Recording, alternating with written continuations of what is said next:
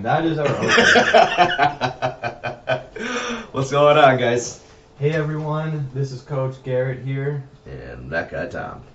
And you're listening to Ascended Fitness Podcast. We'll get it right sometime. Yeah, we'll figure it out. We'll get the match and sync it up going sooner or later. Yeah, we'll figure it out. Yeah, we'll figure it out. But everyone, thank you for coming. This is our episode number 2 that we decided to name Summer Lovin' Feels So Good. And we are now not monetized. Please don't sue us, John Travolta. I'm poor. We're just poor teenagers. We just wanna. We're not even teenagers. Yeah, we're adults. adults. Adults. Paying bills. I have my house. I have a house to rent. The whole point of this podcast, other than just being us, is with this episode we're gonna be going over pretty much it's summertime. What can you do in summer? What's going on, and what's pretty much open with everyone going into like phase 3 and such. What's going on in the pop culture world, Mr. Tom? Well, I'm going to cover really quick one important rule about summertime that everyone should just keep in mind because it's going to save you a lot of hurt in the long run. Wear sunscreen. Oh, I thought you were talking about make ice cube lemonade, so when you do have lemonade, you're not watering it down. See, now I want to get a bottle of Jack Daniel's honey and then do that, like literally lemonade. That's a good idea. Yeah. Make sure you're wearing your sunscreen when you're drinking it outside. Well, that guy Tom was being a dum-dum. I was setting up my girlfriend's son's. She got on Amazon this little swing set, and for this small swing set, it was being a little shit. And it's not that small. He's just being modest. Anyway, I'm talking about the swing set. You don't say. Long story short, though, it was a 2-day project, and I thought I was cool and wore a sleeveless shirt and didn't really have any sunscreen on, as in no sunscreen on, and the sun was relentless on my skin. And unfortunately, your boy got burnt pretty bad. He was a lobster. Yeah, I mean, as in the next day. So bad. I woke up and I was like a turtle on the back of his shell, like and don't touch me. Yo, my girlfriend. No, I mean I got to tell you that morning it happened. She tried to roll over and like just grab my arm, like just like something like this. I was like, like just, yeah. I'm one of those where like I would elbow you in the face for my girlfriend. Just like, why are you doing this to me? But I'm like, don't touch me. Don't even look at me. Don't breathe on me. It hurts. Yeah. Don't even think towards my general direction. Well, you know what's bad when like, so it was cool that day. At the day we rebuilt it, and I was sweating my ass off. Like, it was like, it's hot here. It's so hot.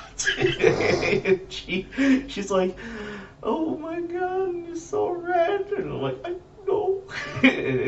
Long story short, I got it taken care of. But please wear sunscreen, guys. It's gonna save you a lot of a lot of pain and suffering. And I've been where Tommy's been at because I was telling him a story last night where, oh God, I went to a Spartan race and nice. Okay, being a macho man, Garrett. I was like, I don't need sunscreen. Oh yeah. I don't need sunscreen. I'm gonna get you, brother. Like I'll get muddy. I'll be in water and stuff. Like I won't need it. Like blah blah blah. And I need it. I need it. It was just like it was pretty much like Tommy because like I decided to go shirtless because it was in July, so I got sunburned with my backpack on. It was so bad. It was like, so I would say I learned my lesson, but I didn't because I did it again next week. But not as bad. But yeah, wear a sunscreen and make sure that when you do get your SPF, just keep a very conscious like mind of what SPF you got, so you could like the numbers are pretty much how long it lasts. So yes. For those of you that don't know, and just keep a good mindset of like how long you've already been out when you have to reapply. Because if it's SPF 30 and then like 3 hours later you're like, oh yeah, I needed to put sunscreen on. Yeah. You're probably already You're cooked. You're one of those, like, you got your lobster at that point. Yeah. And, Like, I would say poor Tom, I don't know really how to say it, but like he's Irish, so off the bat is like I'm gonna fry. He fries, but then he's also Italian, so it's like he fries for like 2 days and then Get that he gets a nice gold, like, tan. he's already tan, guys. Yeah. Like looking at him right now, he's not even. There's no sign of red. I mean, let's compare. I don't know. Holy crap! If you put it's night and day. So if I was a shade lighter, I would be as white as this paper, and then wow. it's Okay. paper, then me, and then Tom. That's crazy. I never compared like my arm to your arm with the tanning, so I did like holy crap. Even like my forearm is a little more darker than. Tommy, I don't know what to tell you, but I've been really, really devoted for this quarantine where I'm like, I could use this to my advantage. I'm never leaving the house because I never want to. We'll be talking about that later about this lifestyles during quarantine. So the first time I seen the sun was like with bench warmers, and I step outside, I'm like, that's that movie. That's such a great movie. sun bad, classic good. Okay, so pretty much just one important rule, guys. Wear sunscreen. It's gonna save you a lot of pain in the long run. So I want to start by saying mine really quick. I'll make it short and sweet. Shout out to Dave from Death and Body Works. Dave makes awesome cosmetics that are based off like horror films or horror TV shows, etc. I just received 2 new products from him. One I already had before. It's the Blob Shower Jelly. And that thing lasts me a long time, and got it for my girlfriend because she loved it a lot too. And it's nothing like, chemically altered or whatever. It's all natural products, and it's a great shower jelly because it lasts you a long time. Now, is it like a shower gel, like how you usually like squeeze it out, or like what kind of like? It's like consistency like Jello. It's like Jello in like a soap form. And what's cool is like a little pinch you put in like your loofah or whatever, and it goes a long way. It smells fantastic, and my skin at least. Garrett and I were talking earlier about a lot of these heavily chemically altered soaps that, like I Jewel brand or maybe like, I don't know, like different brand of like Old Spice sometimes I'd use it and I have this film on my skin after you're out of the shower. Yeah, and like I have a pretty sensitive skin too, so like I feel that film, and like not bashing anything that like uses chemicals on it, because like a lot of the times like pretty much any chemical that you read is going to be completely safe to use, and it's just that like some people, they just have very sensitive skin just like me, and you get that film and you notice it, you're walking around and you just feel it on you and it bothers you, or you could actually just have a slight reaction to it. So a lot of the soaps that are just ye old fashioned made of just lard and a scent, it's like it could be the best for you because you just don't get any bad feeling, or your skin doesn't really dry out. Because the only brand that I ever really could use like a bar brand wise was Dove soap, and that was the only one that I never felt the film. And so once I started finding more soaps that are like Death and Body Works, it was the best for my type of skin. So definitely if you have like a sensitive skin, I would definitely check out that brand and check out that gel soap. Yeah. Especially if a little bit goes a long way. Oh yeah, you get your money's worth. I mean, next time we do the podcast, I'll bring one of the products in. We can kind of just go look at them and discuss it. But he also just released a very cool product called Reanimator. It's a body wash essentially, and it's CBD infused body wash, and there's no like he actually like infused it with hemp oil too, because sometimes in the process they have to like do a chemical like infusion, and sometimes you lose the properties from CBD oil. It's actually made with all the cannabinoid whatever for the body wash. And for me at least, I just used it the first day that I got a couple days ago, and it feels awesome. Did you use it when you had the sunburn? See, what was nice, I was at the tail end of my sunburn, and so I got to at least experience the properties of what it does. And for this body wash, I put in my loofah and then I scrub it across and then you let it like set for like a minute or two before you wash it off, and it did take the edge off, and also for me at least, that was actually on a work day I got it as well. So I, at my job right now, I'm doing a lot of heavy lifting, etc. Yeah. And my back and my shoulders are like crying for being sore all day. Yeah, I imagine. So we got in the shower and I put I used the Reanimator body wash, and I felt better. I don't know what it is. I felt a little more relaxed and took the edge off the soreness. And the cool thing with him using the CBD oil is like they obviously sell CBD oil by itself, and it pretty much just seeps into your skin, and over time it just helps with inflammation. Mm-hmm. So putting it into a soap is really cool because one, you're in the shower, so your pores are open, so the oil could really seep in just deeper, quicker. And if you're putting it in a loofah, because is it a gel too? Or? No, it's actually the actual body wash. Oh, it's a body wash. Yeah. But still putting it in a loofah or anything, it really exfoliates the skin, so it'll help just you're exfoliating skin, so it's going to be nice new skin. It'll help heal the skin, keep it moisturized, because it's also an antioxidant. And then if you're out in the sun, or if you're like a very active person, you're going to need the anti-inflammatory products too. And if you have like super sensitive skin, that just goes a long way, especially with using a hemp.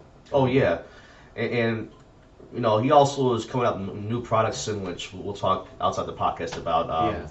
But he also has like cool like beard oils. He has an amazing coffee scrub too, which I get to try out unfortunately, but I want to try it out soon. From what I've heard from all the customers that have done it, they love it, and I know coffee scrubs in the shower are a big deal nowadays. It's a nice exfoliator too, and again, it's an antioxidant, so it helps and moisturizer, so it really helps with just bringing out like the new skin. And so I know a lot of people are doing coffee scrubs just for that alone, and then if they have sensitive skin, because it's a nicer abrasive exfoliant, which is good. Dave is making a lot of products. Again, I'm a big horror guy, so of course I want to have it because it's horror related, but also it's a good quality product. It's not like like a gimmicky thing to try and sell some generic soap. It's an actual good quality product. So if you guys can check him out, just go to his Instagram. It's just Death and Body Works on his Instagram, then Facebook. He has a whole page called Death and Body Works too. And again, shout out to him for making great products. So on to our next topic though. Moving forward with the podcast, I'm going to be kind of doing, in the first episode, like I mentioned, 3 topics essentially to talk about. Music related, comic book, and movies. So kind of what I've been doing lately essentially is just going through new music, going back to my back catalog of my 2000 and up comic books that I I still have to organize from the new place, and then there's so much. Just some movies that I've been wanting to check out too. So anyway, I want to start off by saying really quick that my band, If I Were the Devil, we are in the final stages of mixing our album and mastering it, and we'll be releasing it very soon. If you're curious what music it is, it's a that kind of music. But I could dig it. I dig it. It's we're black metal. Pretty. I don't know how we would say it. Just I know I'm being biased because it's my own band, but I think we have something unique going, and I think it's pretty cool. So I wanna just let you guys know that soon. Keep your eyes and ears out for our new album. I have a quick question for you. Who's Dr. Herbert West? Oh, Reanimator. That's from the movie. Oh, okay. Yeah, that's Herbert. That's. I'm checking out the website right now, and it says Dr. Herbert West approved. I'm like, who's Dr. Herbert West? Have you ever seen Reanimator? Have you seen Reanimator at all? I've never even heard of it. I gotta show you. It's a cult classic. It's such a great movie. Oh man, you're missing out, dude. Okay, you know what? I'll get into my band, though. We'll kind of really quick. Okay. So we're releasing our album soon. It's gonna be a self-titled, and we're really excited about it. If that's kind of your genre, where you like a little bit more of the darker side of music, And the nice thing, honestly, about his band is like I'm not huge into death metal. I like some things here and there, but listening to Tom's band, because I've been pretty much just going through step by step with with his music process. And it is definitely one of those like bands where you could, it's like a very good, I guess you could say, like transition band. Like you could like, it's definitely like a good intro band into like The darker side of music. it really is, yeah. Like you could really enjoy it, and it's like even if like you guys just do like an instrumental version, it would be Yeah, freaking yeah. phenomenal. So I've teased the idea, and I'm gonna bring it up, when we see each other again with the band. But like maybe doing some like just instrumental stuff too, because I mean, again, I sound biased because it's my own band, but I think we have a lot of cool stuff to offer. and I'm not biased because I don't know this guy, but it's a really good band. Yeah, but so keep an ear off of that too. I'll be posting a lot of information about that on my Instagram. This album's been in the process of recording since December, and we got a lot of plans going into this year about the album release, whatever. But due to COVID, unfortunately, a lot of those plans, as they would say, got shot to shit. Yeah. Which is Just kinda, unfortunate. like, talking about that too, just like since it was brought up, it's like, guys, if you know any local bands, or you're just a big music person, right now with COVID, it's like obviously there's no concerts going on. Nothing at all, And unfortunately. what's cool is like there are some bands that are doing live Streams, whatever, live streaming shows. concerts, which are awesome, but they're not really like making much money off of them. Yeah. So, like this would be a good time is like if you guys have pretty much the like money to spare, Disposable income kind of sense. yeah, you have some fun money, go to like a good like local band that you want to support, buy an album, buy a shirt, or even just donate some, because right now a lot of the arts are hurting because of COVID. For example, though, Lacuna Coil, my favorite band, I bought a long sleeve shirt from them off their website, and what's cool with them is that when they first released this limited shirt, it was in Europe first, and all the money went towards Italy and for the hospitals. I mean, not all the money, they donated a portion of it to the hospitals. Portion, yeah. And then they did it for America. They donated a lot of the money to American Cross and everything like that to help with COVID That's relief. really cool. That's really nice. So, I mean, even the bands, they support them, but they also want to help out during these times as well. I mean, the arts right now, unfortunately, are hurting, and it's something like this to where, hopefully slowly we see an opening again, because I have a friend of mine who has a tattoo shop that they're opening again soon, but it's strict appointment, it's strict with everything, so. I know the tattoo shop that that I started going to, the tattooist, Leslie, she was saying like, yeah, everything is just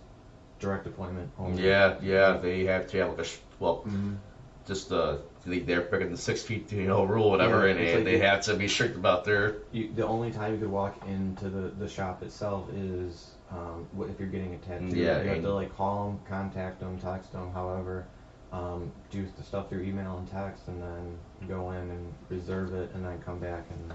Well, my good friend Liz Zono, who did my dad's tattoo, shout out to Liz. She's opening up soon, and her rules is that you can't bring a friend anymore. Yeah. You have to come in with the mask, and you have to have like a bunch of sanitary rules. And she, she's doing the proper steps to take care of that. But even she, I can't imagine being overwhelmed. Being a tattoo artist, especially trying to follow these guidelines and whatever. So. Yeah, and we'll talk more about that in my segment. Then. Yeah. So my band, which is cool. Please check it out soon, and then. Before I get into Reanimator and stuff, I want to get another band that I found out on accident a while back, say about 4 years ago. A band called Oceans of Slumber. They are from I think Austin or Houston, Texas. I apologize if I got that wrong. They have a new album coming out, I think September, and these guys blew me away. I'll kind of give you the quick story of how I found them out. I was going to a place in Berwyn called Horribles. It used to be an old horror shop. Unfortunately, I think it closed down, but Real Art bought them out, whatever. But I had my Spotify on, and I was listening to some Lacuna Coil, but then the Spotify switched over to the mix station, and Oceans came on, and they had a song called Winter, and it blew me away. With Cammy's vocals that were so deep and soulful, and then the music itself, they're technically progressive metal, but there's elements of death and black and like also symphonic and doom elements too. And I'm like, how? I just have your Google pulled up and it says it's an American doom metal band from Houston, Texas, formed in 2011. Yeah, the under genres are progressive metal, gothic metal, and death doom. Just out of curiosity, what exactly classifies it as like doom metal? So, a perfect example. You know Black Sabbath, right? Yeah. You know the song Black Sabbath? Bow. Yeah. Okay. Bow. Bow. I would classify doom as my brother Phil put it the best way possible is ride the riff. You're having one consistent riff that's a slow, total distortion, and it kind of, it plays up our whole entire song. Very like, I guess like, to put it in music phrase, it's very chunky, very like a heavy, deep sound. So it definitely, if anybody wants to listen to doom metal, I would suggest, check out Black Sabbath's song Black Sabbath, and that would be like the introduction to doom metal. But with Oceans of Slumber though, you can't really categorize them. It's there's such like a melting pot of music and different genres that I just call them Oceans of Slumber. I really can't find a way to describe it outside of that. They're their own thing. Yeah, which is cool. And I wanted to give them kind of the floor really quick because these guys, unfortunately, they're signed to a Century Media label, and they don't get a lot of love that they should. I feel these guys. Now, mind you, people out there like what they like, and I'm not here to rip on anyone's choice of music at all. But I am. But these guys deserve that I guess that appreciation and recognition because their album, when I first heard it, Winter, that's what was the album coming a little bit ago, was completely like a good like cinematic adventure with metal and beautiful and like I would say it's a very emotional album to kind of sit through, listen to by yourself, because they know how to kind of tap into their emotional musician side of themselves and creativity and put it out to an album. So that to me is more valuable in music than just something that's spewed out, through a computer or whatever. And I guess, not trying to sound like an elitist in a sense, but I like hearing emotion through music, you can feel how it's going to happen or feel what they're going through. And a lot of people connect to music that way. That's like how a lot of people just find their favorite band because emotionally they could connect to the actual music and then they could even connect to the lyrics and spiritually of what's going on with their life and what they're singing about. So I think a lot of people agree with you. Oh yeah, and I mean for me at least too, Cammy, their vocalist, she is phenomenal. It's a female lead vocalist? Yes, female lead vocalist. Her name's Cammy, and I'll tell you what, dude. I gotta pull up the new name of the album, but her voice is like soulful yet haunting yet, I guess like eloquent. I don't know what it is. I have some sort of like fascination with a strong female lead in any band. Oh no, honestly I do too. Like especially if they have like a good like vocal range too, because the band that we were following for a decent while, like Stitched Up Heart. Yeah, wow, I forgot about those guys. Yeah, her voice is just amazing. Like how she could reach from just like really pretty good like high notes just to a deep growl, which was awesome. It almost reminds me of what was that one Australian band? Arch Enemy. Oh no, they're Germany, I believe. Is it Yeah. Angela Gassau, this old singer. Yeah. God. Like that was just amazing. Like I would play it, and so many people would be listening, and I was like, "Isn't she amazing?" They're like, "That's a chicken." It's like, they're like, "That's a chicken." Mind blown. And then they would just like switch to her, like I guess like in a lack of words, just a normal singing voice. And it's just, to me, it's amazing like how they like any singer in general could like switch on a dime. Yeah. Into those two different types of voices, and to me, there's just something about a lead female like vocalist, like just the sound of it fits so well with the music. At least, and that's just my opinion. Dude, I've been getting more. really big into bands that have good strong lead female vocalist. Well, before they just released a single from the new album coming out. Single is actually the title of the album, called A Return to Earth Below, and the single was fantastic. It was very doomy. It was heavy, but it was also, again, like a very, I would say, clean heavy. It wasn't anything too in your ears that was kind of thrashing and bashing, whatever.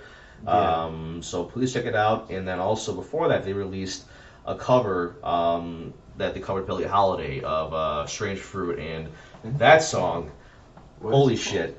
What is that song called? Do you know? Which song? Which one I mentioned right now? The cover. The cover, Billie Holiday, Strange Fruit, and they cover that song. And when I first heard it, and usually, like, it takes a lot nowadays for me to get, like, I guess a little bit like starstruck in a sense. I wouldn't say starstruck, speechless. And I heard it, and I was just blown away. It was very deep, very melancholy, very dark, but it was a beautiful song and a beautiful cover that they did. And I applaud them for making like another great cover of a song that you wouldn't have thought would be a good like metal cover, but they did it. Yeah. Because he also covered Nights in White Satin by Nights in White. They covered it in their Winter album, and please give me a minute. Here we go, found it. They covered it, Moody Blues. They covered Moody Blues, Nights in White Satin, and Cammy did that song justice too. It was awesome, and I love it. So anyway, though, their new album's coming out in September. I just pre-ordered. I think it's already out on Spotify. No. It's just a single. It's just a single. Yeah. Okay. I pre-ordered the limited edition LP. It's Orange Press. Oh, that's really cool. Yeah, it's really, really cool, man. So I'm excited to hear that album, and if you guys can, like the history of the band too, which I won't go into too much detail, you can go on YouTube and listen to the drummer Dauber and Cammy have an interview about the history. They've gone through a lot of ups and downs, and I credit them, where credit's due, that they pushed through and they persevered and still made this band what it is. So again, please check them out, guys. If you're into like gothic, doom, a little bit of death metal, a little bit of black metal, with a strong female lead, I suggest check them out. They're really cool, and I'm again, it kind of sucks that they don't get the stage that they should, because they're definitely a unique band. But check them out for sure. I know I'm going to. Oh, cool. Yeah, I mean, I already started following them on Spotify. Cool. So I don't forget. It's, for me at least, to give you a quick background too, I don't listen to just metal. I listen to classical, jazz, blues. I love my rock and roll. I do listen to some industrial, some even like Chris got me into now, like metal EDM here and there. And I'm trying to kind of like branch off and discover new genres. And Coach Garrett too, he's gotten me some stuff here and there as well. Like, dare I say it, I'm a huge Gaga fan now. I love Lady Gaga, and just a quick story of how I got him into Lady Gaga. I pretty much Stockholm syndromed him into it. Yeah. When I lived in Colorado, we would play pretty much like the only time that we would could really like I guess see each other and hang out was like through Xbox. So we'd be playing Call of Duty, and I bought a record of Art Pop, and I would just. You still have that too? Oh. Hell yeah. Oh, he's got it right here. Bam! Oh, wow. Here it is. Wow, is it gatefold? So Oh, I would just put it on, and I would be that guy in the Xbox Live chat listening to music off a record, and he just kind of he was just forced into liking it. Oh, that's pretty cool. I mean, I see, like, I would hear it while we're playing. I was like, look, Black Ops 2, whatever it is. I forgot. I think it was Black Ops 2. And I just, all of a sudden, I start tapping my foot to it. I'm like, damn, I'm starting to like Lady Gaga now. And speaking of records, this is my very first one. You got the Lamb of God Wrath. This is that's the limited edition press. Wow. I'm kind of mad because it came with the USB drive of all the instrumental tracks, like individually, and I lost it. Oh, no. Because, if you flip it over, there's like the little... Oh, you did! Oh, that but sucks. I think that was like the best because it came with the CD. Yeah, And and then then it came digital with copy, then like a see. That's what's crazy is that with vinyl, So Garrett can tell you too. He's a hipster. I am a hipster. I have a. Nothing bad with that. I'm just saying he's a hipster because he loves his Starbucks. And No, I don't. No. And he loves his music. Yes, I do, but I'm and not. He loves his man buns. What man buns? Oh. What hair is the girl Not man bun anymore. right Not now? But I unfortunately, I say unfortunately because it's an expensive hobby. But my brother got me collecting LPs and vinyl, and Garrett, and his parents were lovely and gave me your grandpa's. Yeah. My mom's dad. 4-in-1 LP system. It was a vinyl. I still have it.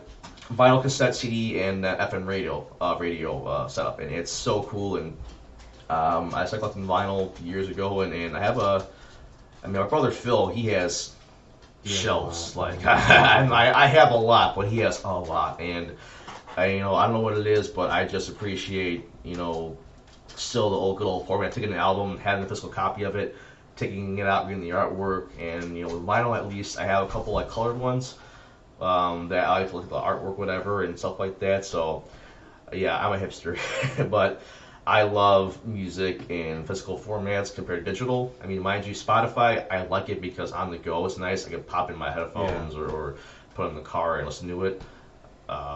Now, I forgot because you're also a tech nerd, but what is the actual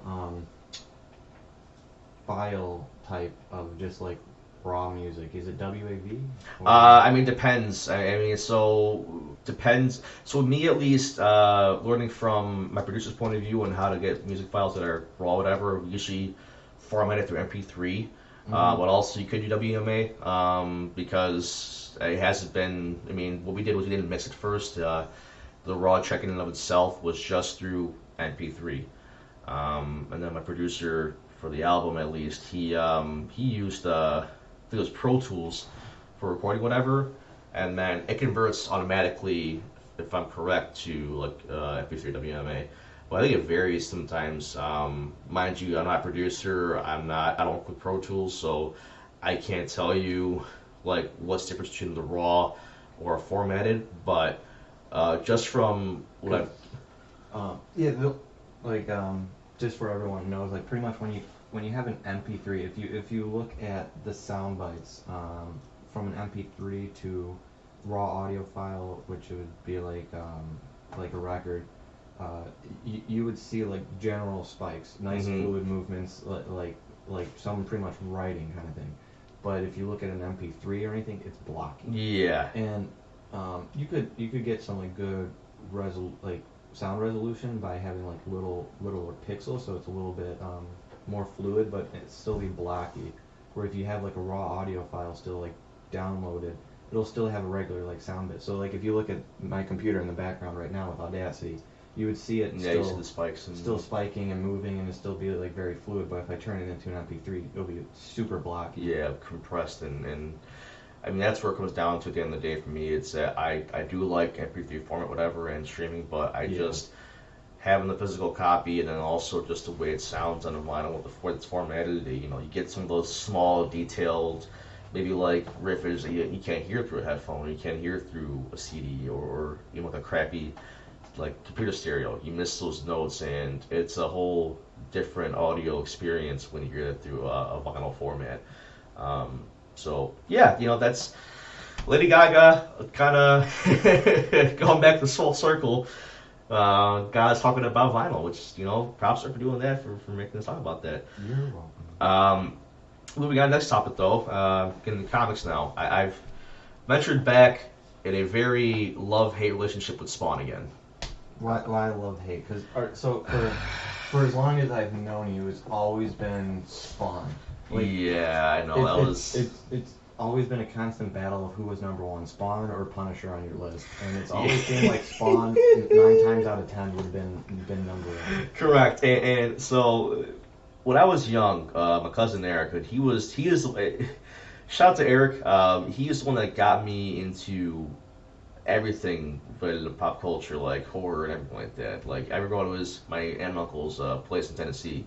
And I go to his room, and he had a bunch of like McFarlane, Jason figurines, comic books, Spawn stuff, Resident Evil stuff, everything. And I was like, I'm terrified. I kind of want to shit my pants a little bit, but this is kind of cool, you know. And I loved it. And he is the one that kind of got me into my first comic book series, which is Spawn.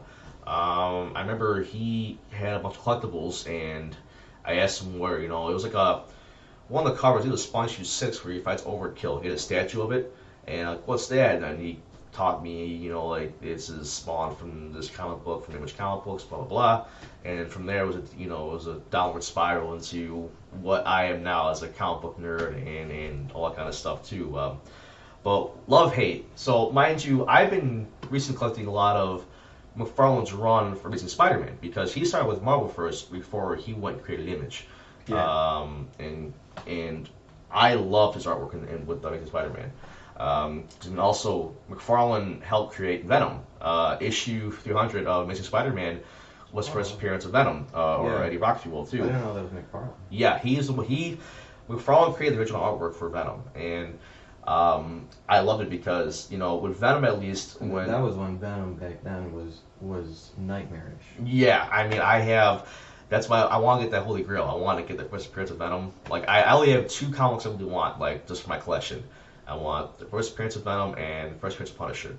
Now, Punisher, that's a dime a dozen. Like, I have, like, original second prints, I have reprints, I have almost like every reprint press of Punisher except the actual first press. So I just need to put that on my bucket list one day and own it. But with McFarlane, though, if you don't know his history behind Marvel, I won't go into detail because it's kind of like, you know, very, I guess in a sense, there's a lot of confusion and a lot of different point of views that got crossed, but whatever. He left Marvel, and then he and a bunch of other independent artists created Image Comic Books. And McFarlane created Spawn. And I loved it because it was a good intro to horror within the comic book world, or like dark material in the comic book world. Because, you know, obviously, like, being Mrs. Spider-Man, you know, or like at the time, the Hulk, I was using the Hulk back in the day, and then a little bit of Captain America too. So when I was kind of coming, you know, preteen into my teenage years, I was a little more that, you know, look for that angst, that dark side of comic books and that badass stuff. Yes, it Spawn's my outlet. Now, getting into why it's love-hate, because Spawn, again, you know, it was a cool getaway from the cookie-cutter heroes into a more darker side of anti-hero, and I loved it. But McFarlane, you know, nowadays at least, I felt he shot the ball, unfortunately. Now, mind you, technically, Spawn's been rebooted, in my opinion, like a couple times. You know, it's been the same story, just different periods of time when it was written. You know, he loses his memory, and what he was, and then he's trying to gain his memory. He's Soldier of Hell. He's trying to figure out what's going on while fighting different villains, whatever, and all that kind of crap. And it's a good story, and I love the artwork. But to make the long story short, you know, I felt the downfall of Spawn, and I apologize if I remember the issue, but when Al Simmons killed himself for a different story arc, and they had a character called Jim Downing, I think it was, who was introduced in issue like 3. Like, his first appearance issue 3, when Spawn or Al Simmons meets his wife, or sees her the first time, and he's this white dude, blow-off character in the first issue, in the third issue, I'm sorry, like a 90s comic from Spawn. And they brought him back years later, like after like 2012, 2013, I think it is. Again, I'm sorry if I, you know, didn't get that right. For a character that was utter garbage, dude.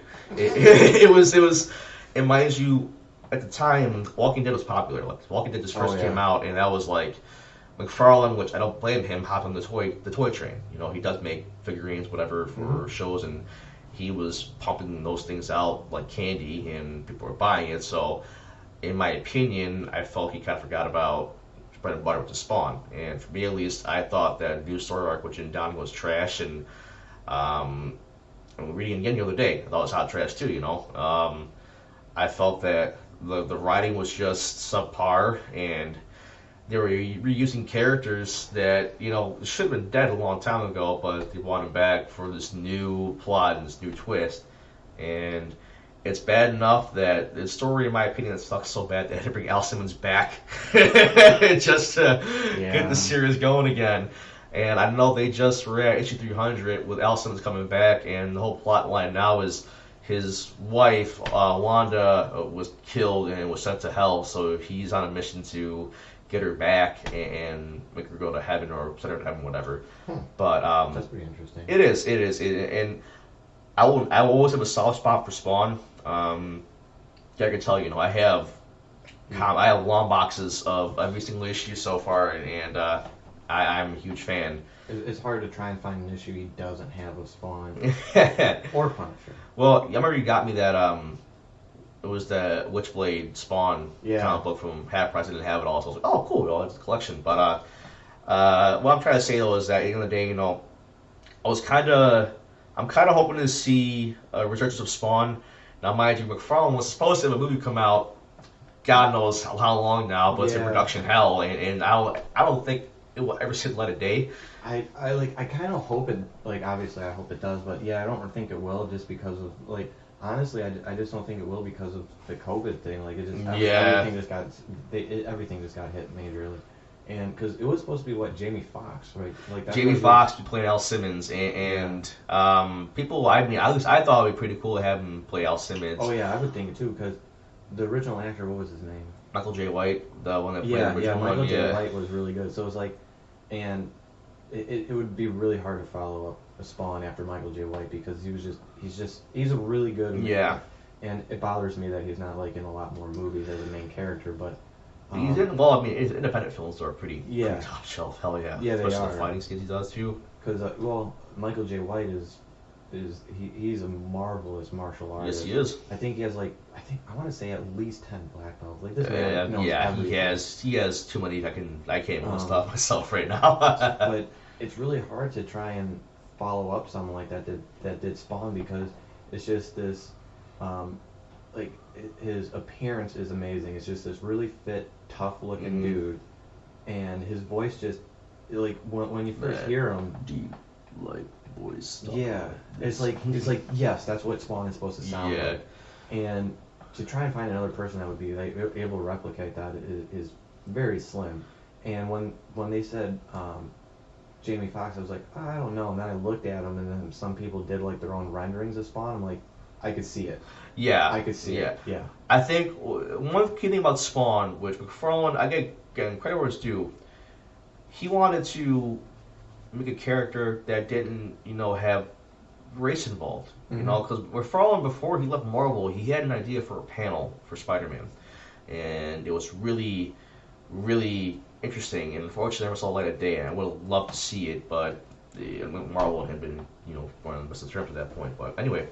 The scene would be this stockbroker or big time businessman walking down the street, and a thug would try to rob him, and then Spider-Man would come and take care of the thug, no problem. And then the businessman would say, "Thanks, Spider, for getting that epitaph.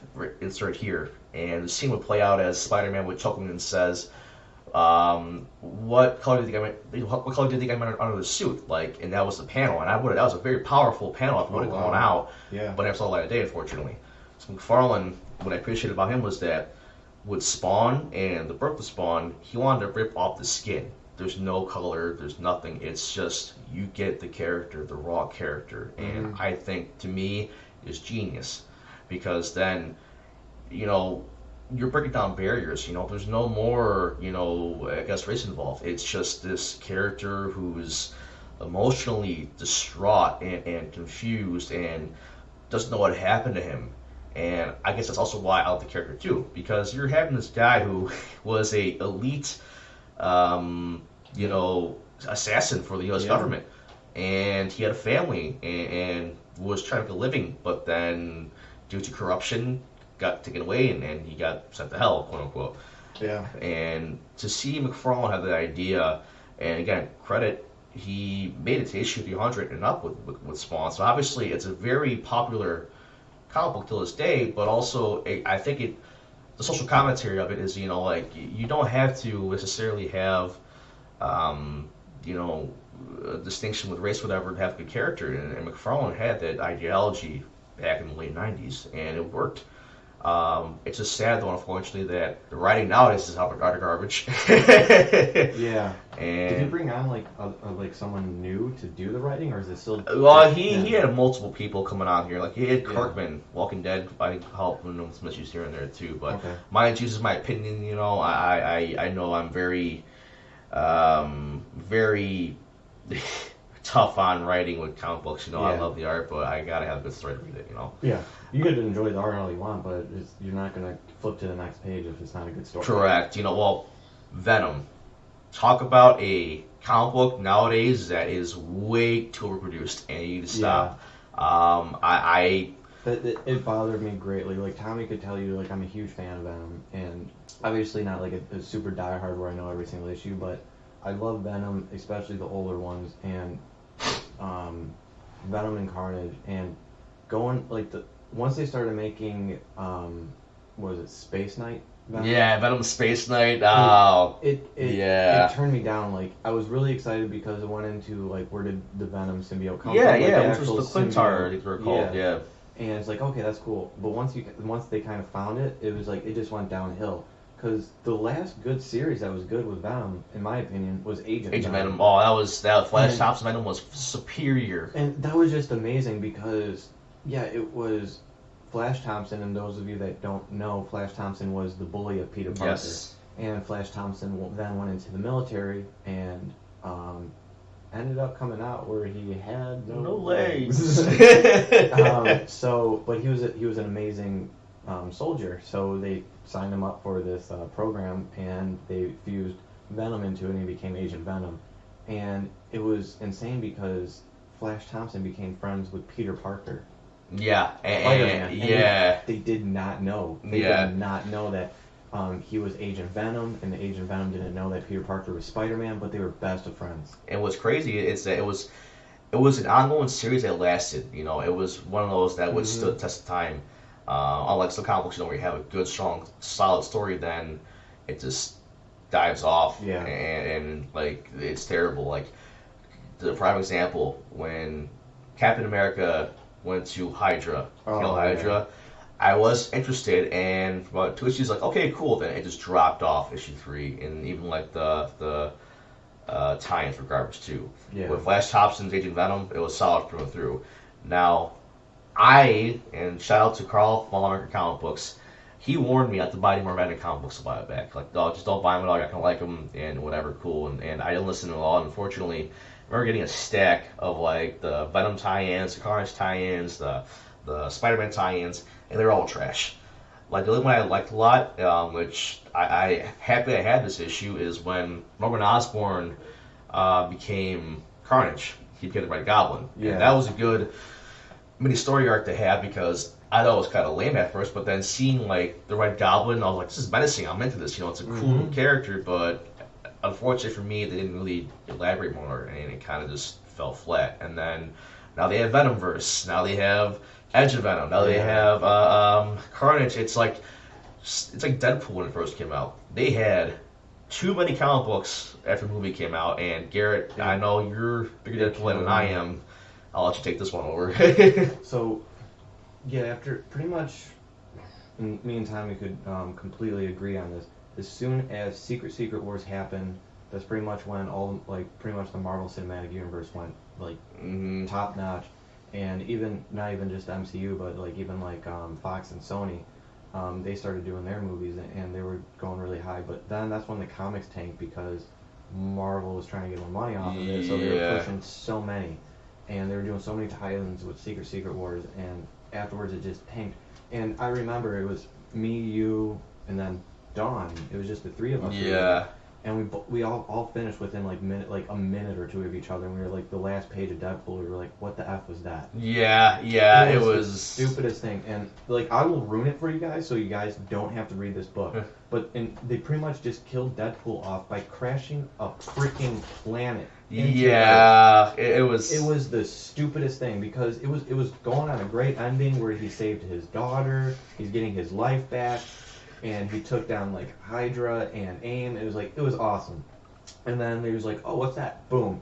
Last page. Planet crashing the Earth. The end. Deadpool's dead. Yeah, You're like, what? It was. It was the stupidest thing because, and my thought on this was it was so stupid because he killed, like, you had Deadpool kills the universe not once but twice. And he still couldn't die. Marvel illustrated where he literally goes into different books to kill literature, so comics can't be invented, and he still doesn't die because, again, he's completely immortal because he can't, like, Thanos won't let him see death. Yeah, he his curse to not die because, you know, if you didn't know, quick fun fact, that Death and Deadpool had a thing going, and Thanos got pissed off and cursed him. Continue. So that's why he can't die. It's not because of his regeneration. It's because he was cursed by Thanos. So, but yeah, so it drove me up a wall, and that's when I went to C2E2, and I called them out for it, and they got mad, and they're like, "You just don't understand." I'm like, "No, you don't understand." The best part about this is I was dressed as Deadpool. Yes. So I was referring to myself as Deadpool. I'm like, "You can't kill me off," and they're like, "Well, we did." I'm like, "No, you can't because I try to kill myself, and you're not letting me." Yeah. And so no, and. Then they go into where they bring Deadpool back, and they go into where he literally has his own. He's now the new fundraiser, like the fund person for Shield. I want to say, or Avengers or whatever. And he was the main moneymaker, and he was giving money, and he had his own mercenary business. And that was during the Secret Empire, I think it was. It was. And that's when it just went downhill because it wasn't Deadpool anymore, and it was so confusing to try and keep up with it because there's so many different Deadpools, and I'm like, I'm done with this. I'm done with Marvel with what's going on. Like they ruined Deadpool, they ruined Venom with what's going on. They ruined Guardians of the Galaxy. They even ruined. Like, the only thing that actually was good afterwards was Doctor Strange. Yeah. And that's when the magic was, like, going haywire. Correct. And that's Deadpool actually got involved with that, which was a cool tie-in.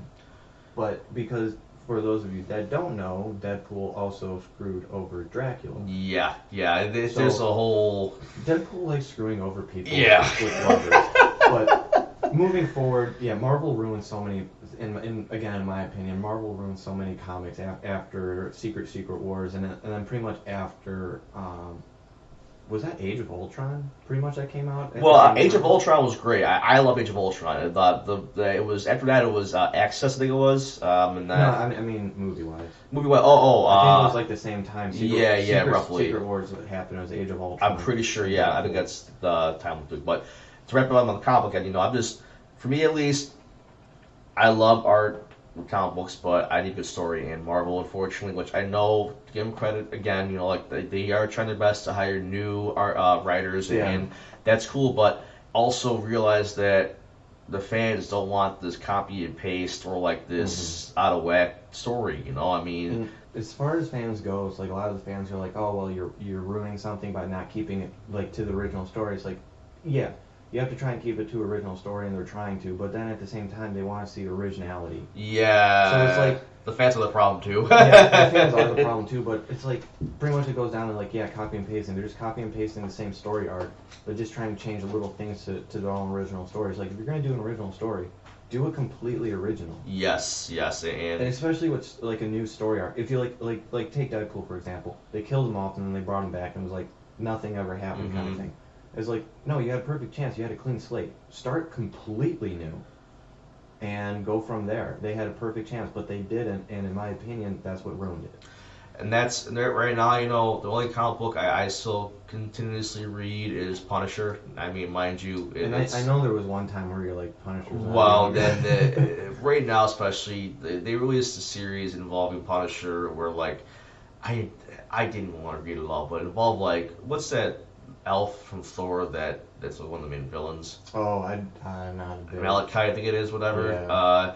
It started all around him, and, like, it's Punisher, like, in, like, Viking attire, whatever. It was dumb. It was dumb, and the only recent Punisher I like was the aftermath of Secret Empire, where he's trying to kill Captain America and Baron Zemo, and that was a good, solid story arc. But Marvel, if you happen to listen to this, low budget, low quality, or you know what I call it. What are you doing? Yes. What are you doing with your life? Yes. So, And now to my final segment, just for fun, Angie and I watched the other night Evil Dead again. Yeah. I love that film. It's a good film. Yeah, and why I want to say that's because Evil Dead reminds me a lot of Reanimator. Reanimator is an awesome. It's kind of like a Dr. Frankenstein kind of film, Mm-hmm. It's original. It's from H.P. Lovecraft wrote it, the actual story, but then it was made like in the '80s, like B movie, and it's so corny and campy and cheesy, and wrong and right. It's so awesome. It's basically Herbert West creates this serum that can revive the dead. But the only problem is, once he puts it into them, they're like screaming madman, whatever, and all that kind of stuff, and they go insane. And some of them lose their minds, or most of them do. But why it's great is because you have this cast of actors that they do their best to make their role, I guess, cool, but you can tell it's just a garbage. It's not a garbage film, but just the budget wasn't there, so. It definitely was just barely a B-rated film. Yeah, but it was a lot of the kills are great. A lot of the death scenes were the gore feel were awesome too. But I don't want to laugh. We'll have to watch them sometime. Yeah, it's a good slapstick, I would say. Especially from H.P. Lovecraft. Yeah, good work. So. Yeah. So we'll check it out. But I wanted to really quick talk about this too. Is that one other film that, an actor especially too, that I want to give recognition, even though he's long past, Bela Lugosi. I got a DVD collection from Tennessee with 5 of his films, and it's really sad that he got screwed a lot at Universal for, roles that he should have more money for. Boris Karloff, who played Frankenstein's monster, he got tons of money from that character and good guy, but it's sad when watching those films in the past, like Murder at the Rue Morgue, Black Cat, The Raven, like the films that he was in, and he was a fantastic actor, and it was sad that Universal screwed him out of money because I know at the time his accent kind of put him in the market as not really a top shelf actor, and it's terrible to see someone like that who was Dracula, the OG Dracula in my opinion, before after Nosferatu, and learning his history that he didn't get paid at all. Really? The way I he didn't should know have. that. Yeah, dude. So there's a story that I love. The last Frankenstein film, well, the third one that Boris Karloff played the monster. It was the third and final one because he wanted to stop afterwards, so he didn't have to see. He called the monster his friend. He had to see his friend become laughing stock for future films. Because Universal wanted to bleed that franchise right at the time. Yeah. Anyway, it was Boris Karloff as the monster. James Whale directed and wrote the film, but then Bela Lugosi played Igor, and I would say him as Igor was one of his most, I would say, refining roles. I would say refining, but his best role. Universal didn't want to pay him the same budget as they're paying Karloff and everybody else. And James Whale, I believe, and Karloff told him, we're going to walk if we don't pay him the amount that you're paying us. And after some dispute, they finally paid him the amount of money for it, which is good because after seeing him in that film, he definitely deserved that money that he definitely deserved. I said it 3 times for playing that role that was creepy, but kind of kiddish, but kind of cool and kind of dark. And it goes to show you that even back in the day, Hollywood politics definitely existed, and in horror films too, especially. What I was going to get anyway with this whole conversation is that we were watching Dracula the other night, and a couple other films too, and it's so cool to me at least how even back then a lot of those horror films had those elements of creepiness and even the makeup. It was so simple, but it was so it did its job, and it was so cool to see. And I was telling my girlfriend, I'm like, I wish we can take that era and bring it to the modern day, and see a good film out of this. Because I don't know if you heard recently, but Ryan Gosling's playing the Wolfman. Yeah. And I have my doubts on it. Yeah, same here. But I also, with Blumhouse taking over Universal Horror Films, they captured, I would say, a decent amount of what I love from old school films with The Invisible Man that came out recently. Yeah. That film was They didn't do a good job on the money. Tom Cruise. We will talk about it later, but with The Invisible Man, if you've seen it yet or no? No, I haven't. Please check it out. It's I would say it's a slow burn, and I know some people took a shit on it in a sense, but I thought it was great. I think it was a good start for a new universal horror monster film. And the director and the writer did a fantastic job on the scenes. Like, typically, I'm so desensitized to like jump scares, something like that from horror films, and also being like a haunt actor and makeup artist. This film had me enter my seat. There's some scenes where it's like, what, and it got to me. So I was very happy with the product, and I hope Blumhouse creates, for me at least, I'm hoping move forward that with the new Wolfman film. Now, mind you, I'm one of those guys that prefers a really grunt, beat-up-looking actor. Ryan Gosling is too pretty for me, in my opinion.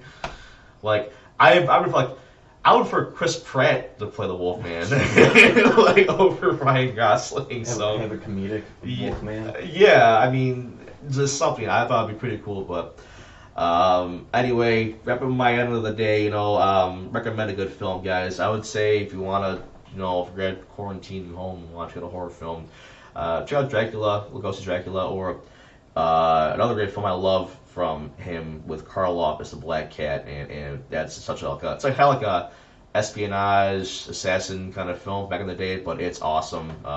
Again, called The Black Cat. Karloff is actually the main villain in the film. He's a cult leader. That's pretty cool. And Lugosi is like his old partner, or like whatever you want to call it, pupil. But check it out, guys. Lugosi has a lot of great movies in his back catalog, and I think everybody who loves like the old school horror film, whatever, would get a lot of appreciation out of those old school films. So yeah. Now I'm going to get over to Coach Garrett for his time of the segment. Yeah. So with kind of like taking away from Tommy, with quarantine, it's like we're at least in the Chicagoland area, Illinois. We're now in phase 3. Kind of like phase 3.5 because a little bit more like limitations are being taken away and there's more freedom for businesses. But with phase 3 opening up, that's allowing restaurants to pretty much open up their. The only thing with restaurants is everything is outdoors, even bars and pubs included. So they're kind of scrambling to get pretty much the space for it, because especially in Chicago, like. So there's no space. If you don't have any patio space, you can't do anything outside. Well, it's like a couple of the bars I like to go to. They have nothing at all for space. You might have like a 6x8 square space, like a 6x8 rectangular space in front of the shop. That's about it. But where you go into more suburbs, they have more space. They have their parking lots and they're setting up the giant, like circus-style tents type thing. Yeah, and I've seen that a lot with Les Brothers right there on Cicero, on Richland and 87th Street. They have like a huge like carnival tent for restaurant or whatever. And so some places are just doubling their space because of it. And what's bad is the restaurants and stores that are doing this is they're affected by weather. People, like one day they could be open, one day they won't because there's going to be a storm, or it might just be heat, and so they're still heavily relying on takeout orders. Yeah. Stores are opening. It's not just the essential stores. So like a lot of mom and pop stores are opening, like comic shops, music stores, things of that nature. So a lot more of these smaller businesses can now actually have more income. And there's still kind of like limitations on that. Like they can only have like half of their capacity of the building. So it might be only like some of the smaller ones. There might be only like 5 or 10 people allowed in at a time. You just have to wear a face mask going in, and then a lot of stores they're just asking that you use their hand sanitizer. They'll like post up a hand sanitizer station by the door, and they use it before and after coming in the store. So, well, to pause really quick too, with sanitation, keep in mind, guys, for schools alone, I don't want to say much, but for schools around the area, they're required now 3 XL bottles of sanitation or of hand sanitizer per room, Yeah. plus face masks. So they're, I mean, I know people are doing what they can to, be clean and sanitized, but there's only so much you can do before complications arise, including restaurant Yeah. business too. Yeah, and so there are a lot of stores and a lot of places that are taking extra precautions with phase 3 opening up because they don't want to screw it up. And I don't blame them because they want to stay open. They need money to keep open, and they just want to also help out all their employees. Yes. Because there's people depending on the job. So they're trying to keep it where we don't go back to phase 2 or have any more limitations put back on. So it is very important that when you do go to these stores, you do go to these restaurants, please be patient. Oh yeah. Oh yeah. Please be patient because they're trying to do the best that they can, and please just listen to the rules. Even if you don't fully agree with them, like if you don't want to wear a face mask, like that's fine, that's your own personal belief. But if you're going into a store, that's their business. Mm-hmm. They're trying to stay safe. They're trying to keep other people safe, and the world doesn't revolve around you. The world revolves around the sun. So yes, and sorry to interrupt you, but a quick story for you guys. Before my girlfriend moved in, I was by myself in my new house, and I would at the time, was ordering out food and didn't want to cook, so being lazy. But anyway, there's a place by my house, a brewery opened up called One Allegiance Brewery, Yeah. and they're doing pickup pickup orders, whatever you want to call it, and Yeah, like the curbside pickup. yeah. Now, mind you, they limited staff because they had to be the distancing, we had to wear masks, whatever. But they had a rule because like a little window right there, by like the we can order your food at or whatever. You have to wear a mask. No problem. Questions asked. I went to get a crowler of beer.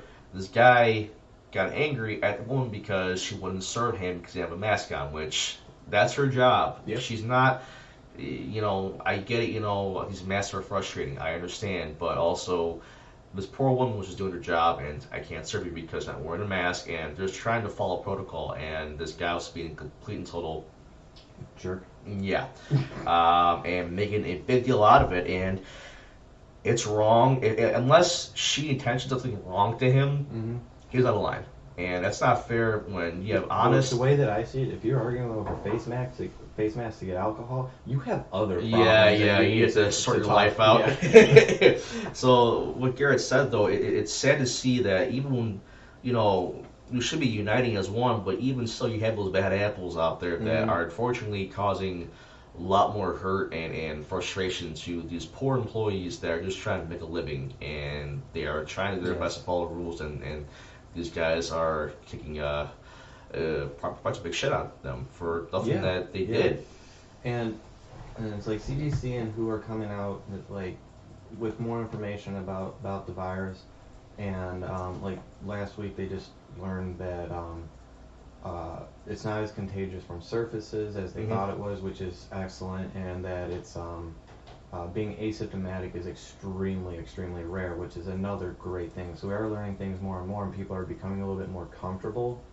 But still, there are people that are still extremely worried about catching it and bringing it to their families. And it's like, again, you could be going to a restaurant or you could be going to a store, and there could be an elderly person there that does have underlying issues that are extremely worried, and they're there because they have to be there at that store to pick something up, or they're there with family because the family wanted to bring them out so they're not inside.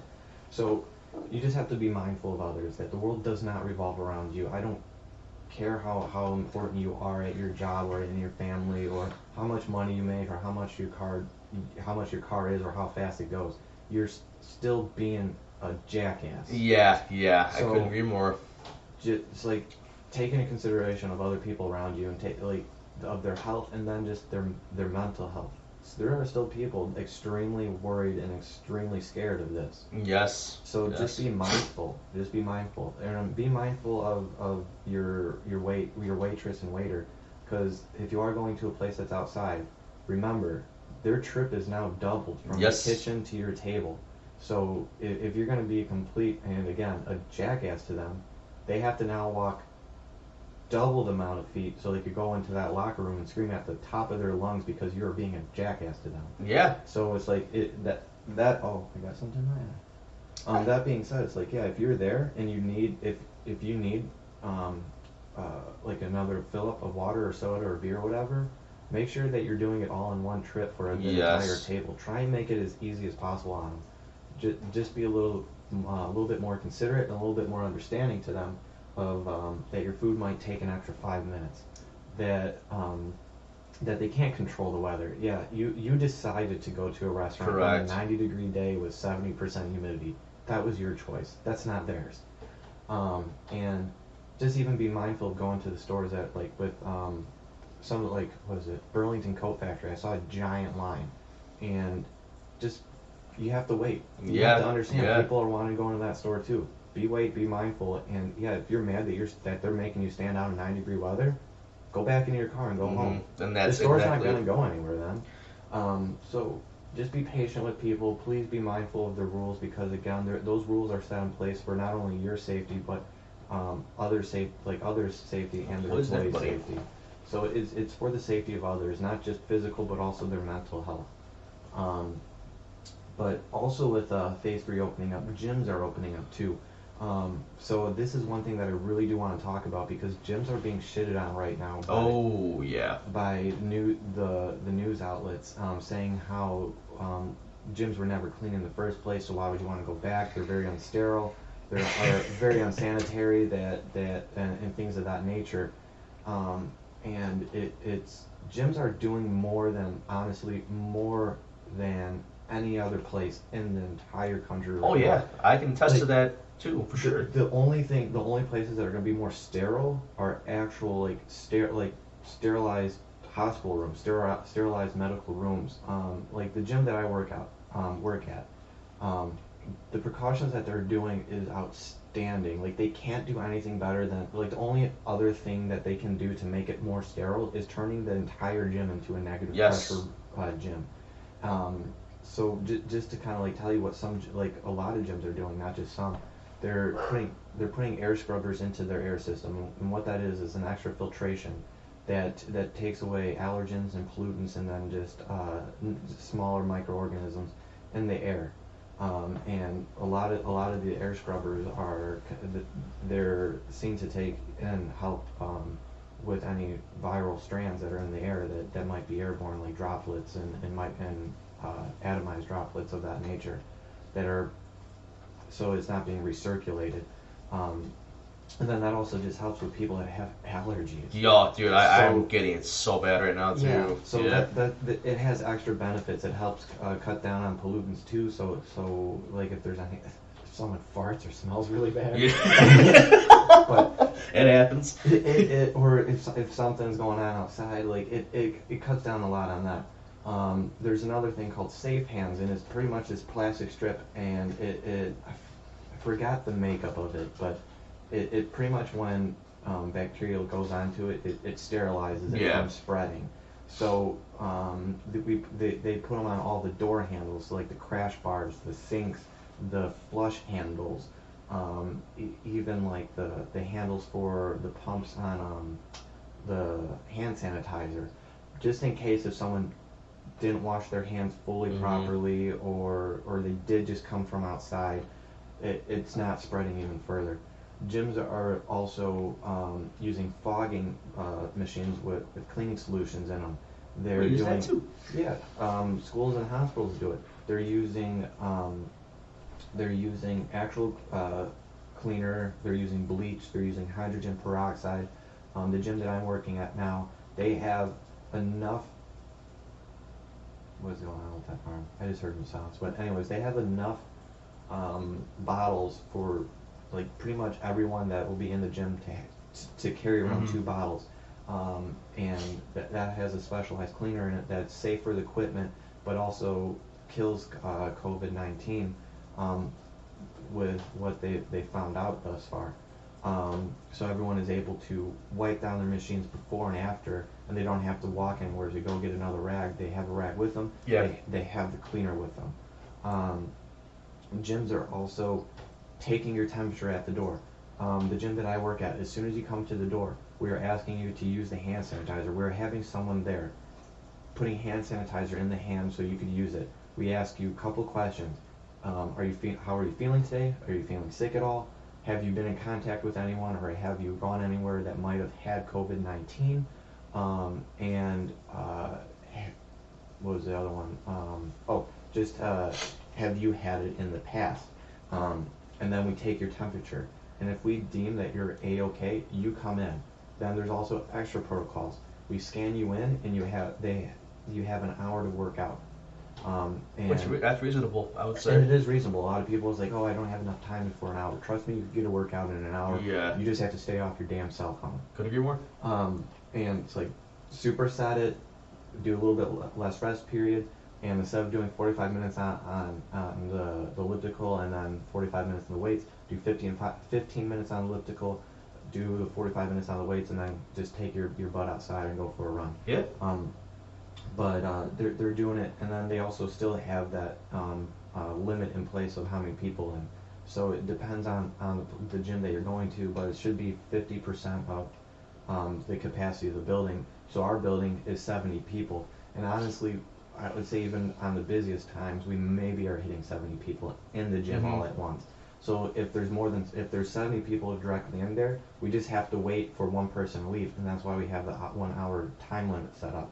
So there could be a nice even flow, so no one is waiting. Yeah. The last thing that our gym is doing and that other gyms are doing is we have a really cool tester. Pretty much you take a swab, you swab a surface, you put it into a tube that's completely sterile, and you put a tube into a machine, and what it does is it shoots out, it pretty much reads any of the bacterial levels on it.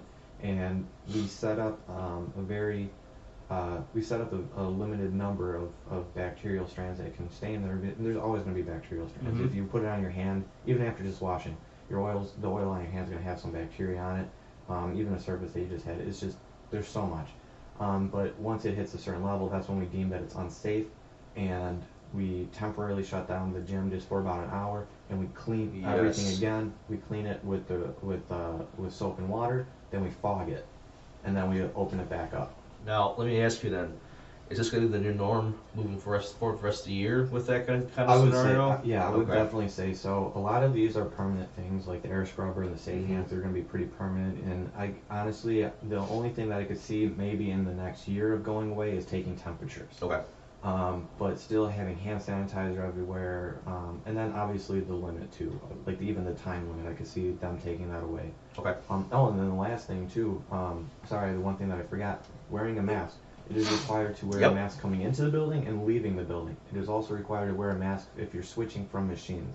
While working out, obviously we understand that if you're doing heavy cardio, you don't want a mask on because you're breathing heavy. That's fine, but we're still being mindful of that, of just wearing the mask and keeping people protected. And that's when gyms are opening up, because right now gyms technically are still open, but it's only for personal training one-on-one and group training of no more than 10 people, and everything has to be done outside. Yep. So that's the bad thing, because so right now it's hard to get personal training, then even group training, because the news media is just saying how bad gyms are already, and people just don't want to come back to that environment, or they're still kind of they don't trust the news, they don't listen to the news, and they're just worried in general. They're not even going to stores really. So there are a lot of people, and it's affecting gyms majorly. So bad that two main companies that everyone knows, Gold's Gym and 24-Hour Fitness, 24-Hour Fitness, they filed for Chapter 11 bankruptcy. Yeah. And between just Gold and 24 Hours, I think it's like 600 to 800 gyms nationwide are closing due to that. Yeah. And it's not right. It's just they're no longer making a profit. They were shut down for 3 months, and within that 3 months, it would just be bad business to still be charging people for something that they can't use. Exactly. So a lot of the gyms they're not doing it, and a lot of the personal trainers, they just switch to online. And when they're doing online, they're doing it just from their house or the garage or wherever, and it's not going to the gyms. It's just going to the personal trainer, which you're feeding the personal trainer, but still the gyms are going. Correct. Which is why these two major companies are filing for the bankruptcy, and then so gyms are they're just barely staying in the green, and a lot of them are going into the red, And even then, going into private gyms nationwide, 23% of all gyms are permanently closed. They're not opening up their doors again. And that just it ruins people's like a small gym that if someone opened up with their life savings, that's gone. Yeah, a lot of places are suffering, unfortunately. You know? And that just goes for a lot of small businesses too. And then they had a couple employees. Those employees are now out of a job, and they have to try and find another one. They had personal trainers. Those personal trainers can't come back. Their nutritionists can't come back, so on and so forth. So yeah, a lot of places are doing bad. And again, 23% of gyms. It's a little under a quarter, but it's still a lot. Yeah. And that's not really taking into effect of the Gold's Gym or the 24 Hours Gym. So with that like boosting, it's probably up to 35%. And then gyms that are still open, they're predicted to lose 30% of their clientele, their customers. Damn. And that's just due to the virus. And then it's now summertime, and summertime is usually a bad time for gyms because a lot of people they either put their memberships on hold or cancel them because it's nice out, because people are just working out outside. They're going to forest preserves, or they're going to the parks that have the little workout equipment, and they're just doing stuff there. So yeah, the gyms are suffering really bad from it. But honestly, working at a gym and working out at a gym just as a regular client, gyms are more sanitary than any other place that you could go to, even by themselves. Because I hear a lot more people getting sick from going to Jewel than going to going grocery shopping. I've known a decent amount of people getting food poisoning from hot food bars not restaurants, at stores like that. But we won't talk about that. Yeah, we won't talk about that. But at gyms, especially right now, the gym that I go to, we're cleaning every single machine at least 3 times a day now. Yeah. And we're taking those extra precautions, cleaning every single thing. When's the last time you went to Jewel, or not even just Jewel, any type of grocery store, and they wipe down every single can of food twice? What's crazy is that when we went shopping yesterday, we went to Walmart, which, that was a rough experience, and then I went to Jewel.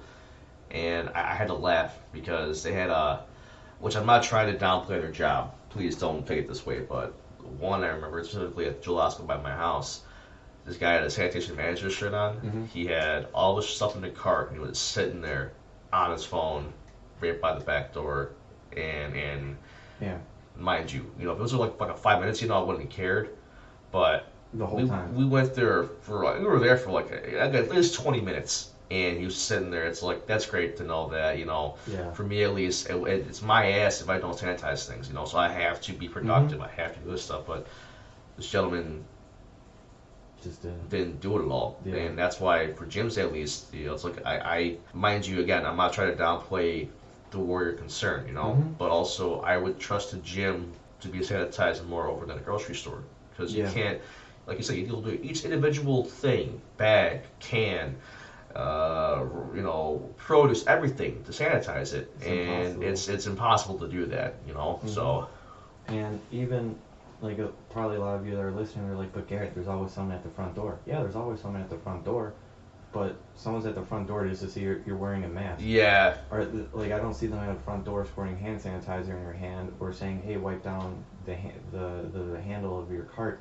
They're not doing that. No, they're not. As many times I've been into different type of grocery stores, not one single thing has done that. They just made sure I was wearing a mask. Yep. What we're doing coming into the gym, we're squirting hand sanitizer right into your hand. We're making sure that you are already healthy and that you're feeling fine, and then we're even taking your temperature. Off the bat, we're already more sterile. Correct. And then we're handing each person a spray bottle with cleaner in it and a rag for it, and they're wiping down the machine. And then we're going back already and cleaning it even further. So gyms are more sanitary than most stores that you've already been going into. And if you're still, a lot of people, they don't have Teslas or electric cars, so they don't have the hookup at home, so you're still going to a gas station. Yeah.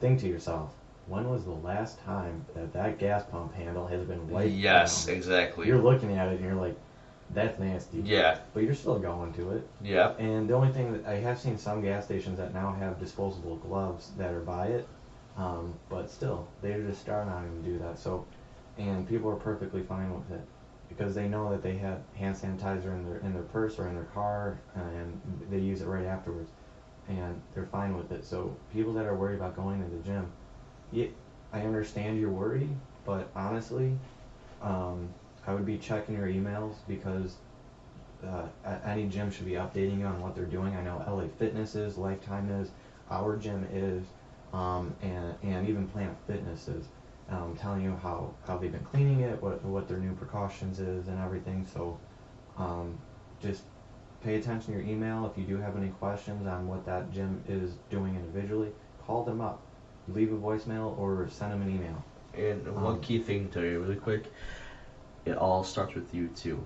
Mm-hmm. Keeping up with good hygiene and good sanitation on your end can also prevent a lot of sickness in the future. And it's not even just spreading of the corona, but it's also spreading just any type in general of sickness. So that goes a long way.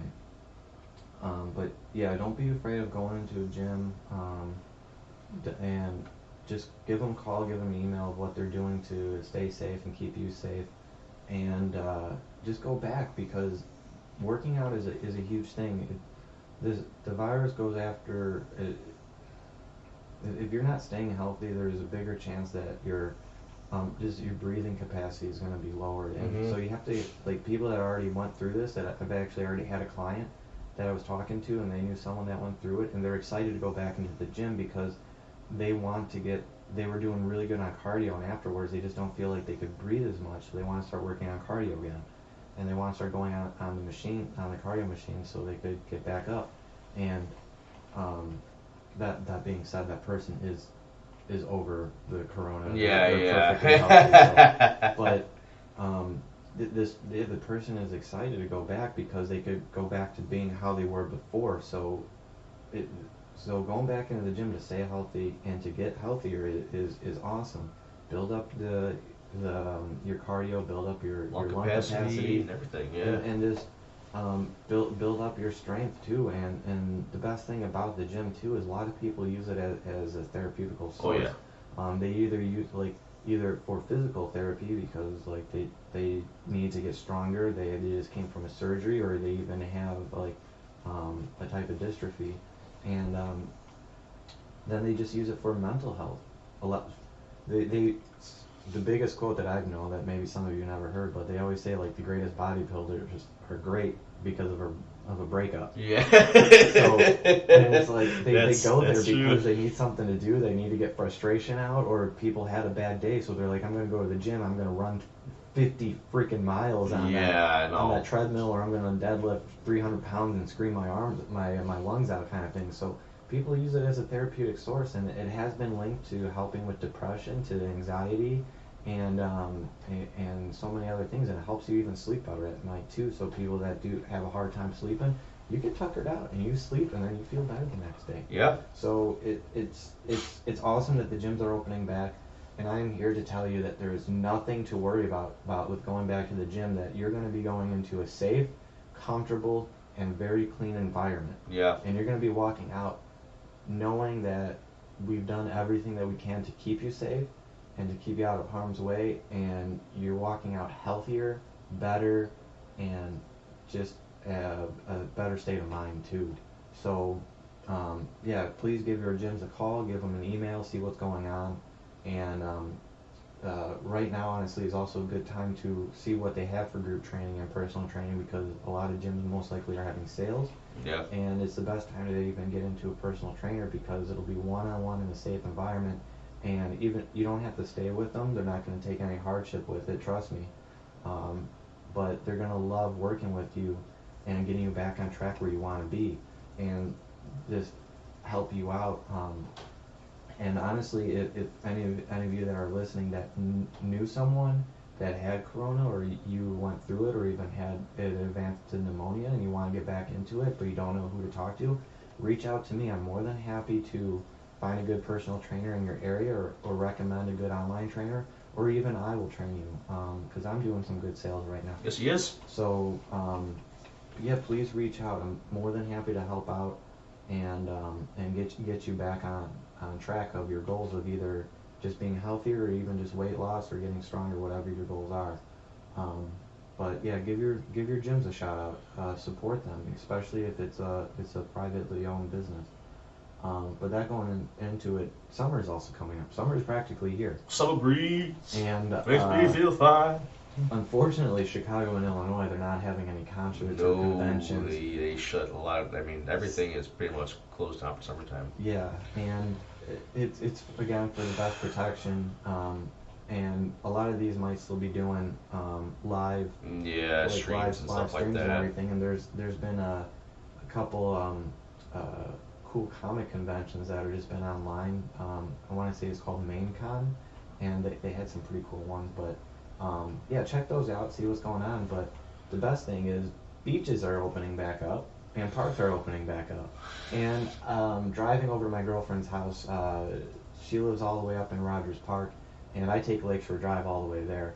And it's a beautiful drive. You see a lot of scenery, and the best thing is I do see a lot of people out in the parks and beaches, but they are still staying safe. I'm seeing a lot of people that are going on picnics, and even with the people that are on picnics, it's a very small picnic. It's like 4 or 5 people, Yeah. which is really awesome to see. People are enjoying themselves. I'm still seeing people going running, working out, swimming. Well, not swimming, it's still kind of cold for that, but running, biking, rollerblading, and they're still wearing masks, or they have a mask on them, and if they're passing someone, they put a mask on. Yeah. Which is really cool. So a lot of people are still practicing, and even the people that are at the beach, there's like all the people are doing picnics and going on the beach. They're staying in groups away from other Correct. groups, so they are still being mindful of it. But that's still, you could go to the beach and you could go to the park, and that's when you want to show off your bod. You want to show off your summer bod. Yeah, your summer bod. Or even your well-defined dad bod. Dad bod for life. But so it's like summer bods are still doable, especially if you are working with the personal training or one of the group training that's going on right now. It's doable, and the biggest thing is people want to lose that 10 pounds that they usually get from Christmas and Thanksgiving. It's a quarantine bod. Yeah, definitely quarantine bod now. And the biggest question is, can I lose that 10 pounds in a month? Can I lose it by mid-July? And yes, it is not hard. It can be very easily done. You just have to be very committed to it and very dedicated to it. Again, like with the first episode, we did a nice quick shout out to my girlfriend who lost 9 pounds in just 3 weeks.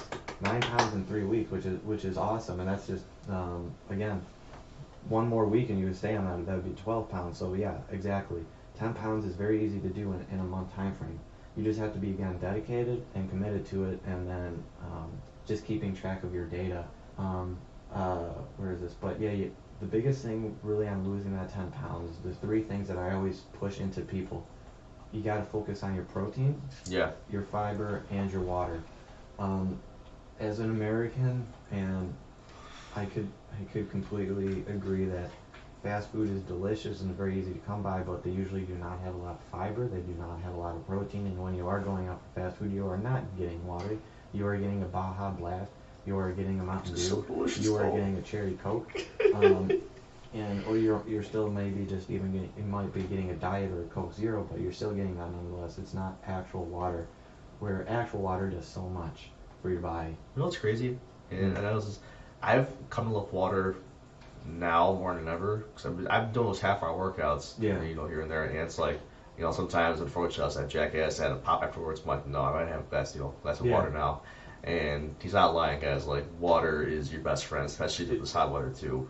Especially with the hot food, you do have to stay hydrated on that. But the biggest thing with protein is protein. It keeps you full, it keeps you satiated for a very long time, but also it has a thermal factor in it where pretty much 1 gram of protein is 4 calories.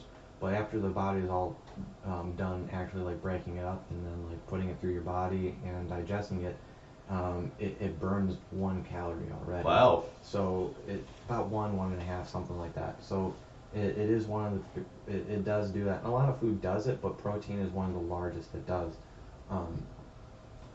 that does that. And plus protein, again, it keeps you satiated, it keeps you fuller longer.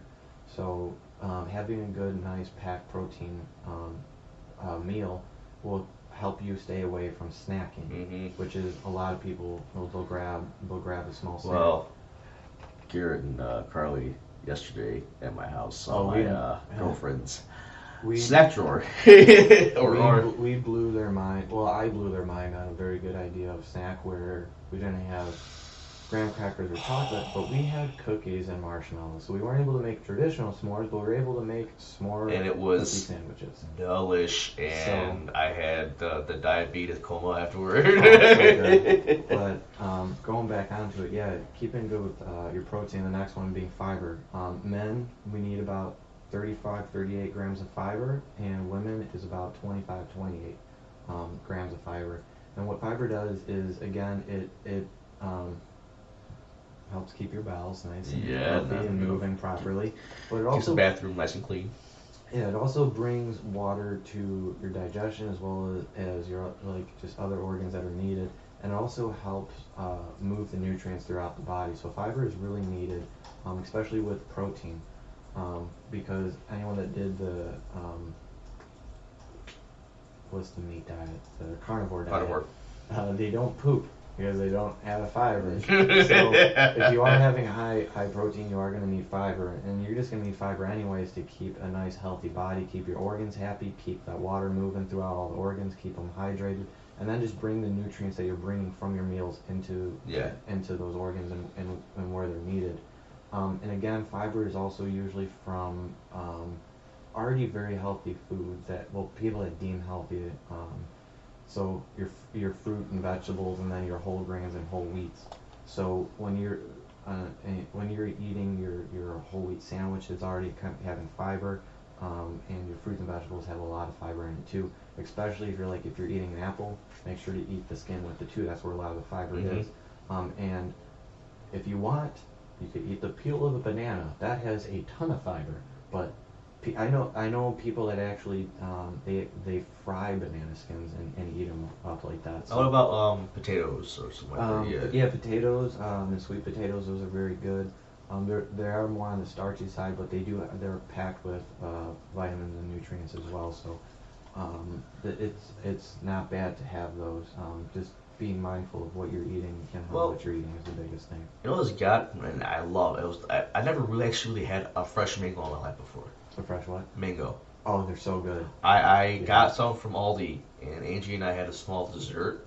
I literally put it in the freezer, and then took it out, and it was cold, cut it up, and I didn't realize how so awesome fresh mango is. It blew my mind at how awesome. It's kind of funny because about 2 weeks ago I just had fresh mango. Oh, really? Most of the time I ever had a mango or a lot of the fruit was either the frozen or they're canned. Yeah. So it's I've had a lot of different fruits, but I never had really fresh fruit. So me and my girlfriend Carly, we went on a Jewel trip and we just got a bunch of fresh fruit and we just went to town. Oh, mangoes are so good. And then apricots are also my favorite. Oh, apricots are the shit too. So, but yeah, a lot of the fruit and vegetables have fiber. So again, make sure you're eating plenty of fiber. And then the last one again, water. Yeah. Water again, this going into old science, and I'll get into why it's old science. They say you need 8 glasses of water a day to stay hydrated, and that if you're already thirsty, then you're dehydrated, and you have to drink your water, you have to drink your weight in water kind of thing. And going into new science, yes, you should be drinking roughly 8 glasses of water a day throughout the day. It's very easy to do, trust me. Very easy to do, especially if you're working out, because you come out after working out, you probably already had a glass of water through working out, then you want another one or two. But the biggest thing is there's a lot of studies just proving that old myth, if you're already thirsty, you're dehydrated, you're going to die in 5 minutes. But pretty much the study now is saying if you're thirsty, drink water, because that's your body now saying that we use water in the system. You will be dehydrated. Yes. Just if you are starting to feel thirsty, drink water. I would say you should have about 8 cups of water throughout the day. It's very easily done. And the best way to do that is every 2 hours, just have a glass of water. what I do is I have a 34-ounce mug, well, 34-ounce water bottle, and I drink 2 of those in a day. And it comes out to, yeah, was it 78? Yeah. I should get a bottle like that. That's a good idea. What was it? Yeah, so, no, 60, how much was the water bottle you said? 32 or 37 you said, or something like that? Yeah, 37, so Yeah. it should come out to 74, so it's roughly around the 80 mark, and so it's I drink at least 2 of those, so it's very easy to do, and again, if you're outside, drink a little bit more water, be conscious on if you are sweating enough, so if you are outside and it's very hot, how it was the other day for Mr. Tom over here, Yeah. be conscious of your body. There are a lot of people that sweat a lot, and there are a lot of people that just don't sweat. So just be conscious of how your body normally is, and then if it's acting any different with sweat, drink a little bit extra water. Yeah. Don't be afraid that you have to go to the bathroom. Like, you should be going to the bathroom anyway. Because that is one thing that I heard, that people just don't drink water because they just don't like going to the bathroom so much. I know. I don't. Okay. They just don't want to do it. And my thing with that is, like, if you have a desk job, you should be getting up every hour and a half and just taking a quick lap around the office. Yeah. So the quick way to do that is having to pee. So throw that idea out there. You get up, you have to go to the bathroom, then you get back up off the bathroom, and you go back to to your desk. So you're walking around. So just drinking some extra water. And then the last thing I kind of want to go into with just then losing weight is obviously going to the gym, looking at those group classes of personal training, but just getting also plenty of cardio in, because cardio is instant calorie burning, and it's free. Yeah. You just go outside. So some people, they don't have equipment, but they still want to lose weight, or they just want to add extra extra exercise to the workout, and they don't have the time limit available to, or they just don't have the time available to them due to the limit at the gym. So there are 3 quick apps that I actually do highly recommend for cardio. The first one is just Couch to 5K. They also have Couch to 10K, and it pretty much teaches you and builds up your endurance to do a 5K or a 10K. They have a free and then a paid version. The paid version just pretty much takes away the ads. So who really cares? Yeah, cares. But yeah, Couch to 5K is super awesome. And even Couch to 10K is about 30 to 35-minute run every single time until it builds you up to that 10K mark.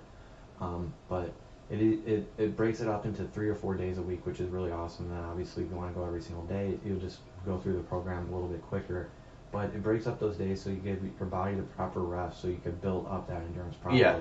So it is a very good trainer. And then the second one out of the 3 is Zombies Run. So I like this game the best, and it is literally a game.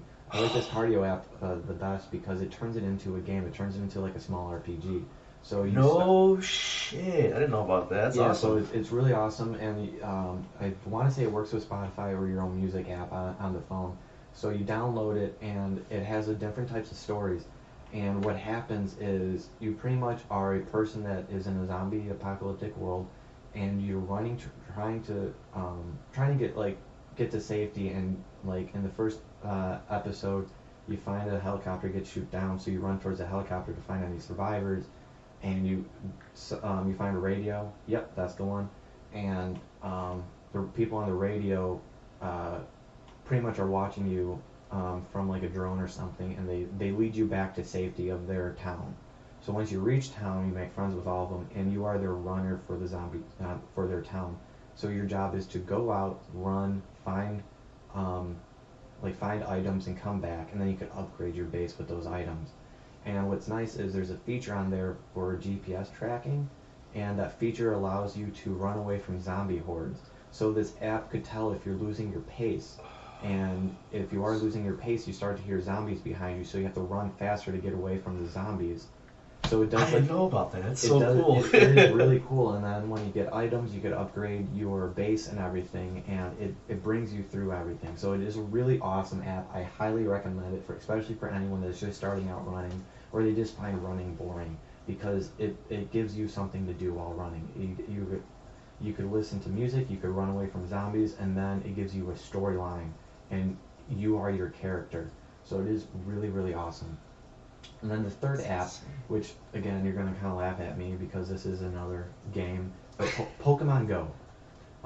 When this Pokemon. Wait, they have they don't have like a running app, a cardio app. Okay. But it's again, it's an app that makes you go outside Yeah. and move around. It gets you to do something. So a lot of people that like when we were doing it, we were going on our bikes and riding everywhere. That was a good day. That was a fun day. It's like, Pokemon Go is another thing that you're doing in form of cardio. You could be rollerblading, you could be on your bike, or you could just be walking and running. And running to gyms, running to Poké Centers, running to find a certain Pokemon that's nearby that you have to find that you haven't had on your Pokédex yet.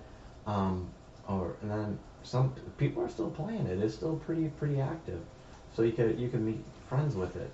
But again, it gets you out and it rewards you for your distance walking of that week.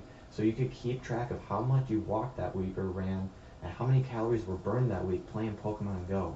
So it's a nice app to get you going. Yeah. Just like Zombie Run. The nice thing with Pokemon Go though that Zombie Run doesn't have is again that friend builder. Mm-hmm. So other friends that you have on Facebook that are already playing, you could obviously add them on your friends list. Or if you find someone that's playing Pokemon Go on your adventure, you could add them as a friend and do stuff with them. So those are 3 apps that I do highly recommend just to get a little bit of extra cardio into your workout. And they're all free to do.